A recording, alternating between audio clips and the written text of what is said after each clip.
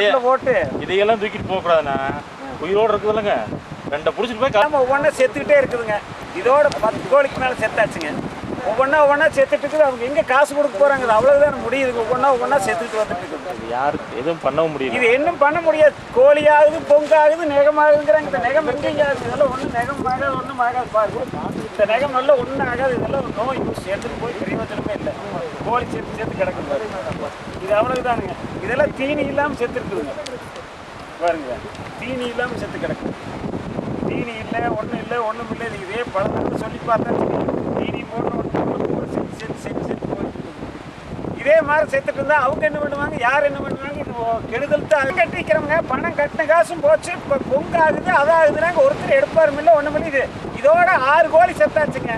மொத்தம் நம்மளுக்கு 16 கோழி விட்டாங்க, 6 கோழி செத்தாச்சுங்க. இதுவும் அவ்வளோதான். இதே மாதிரி வர அந்த பக்கம் போட்டுக்கிறேன், அந்த பக்கம் போட்டு அந்த பக்கம் போட்டு போயிட்டே இருக்குது. அவ்வளோதாங்க. இப்படியே டெய்லி போட்டுக்கிறேன். அவ்வளோதான்.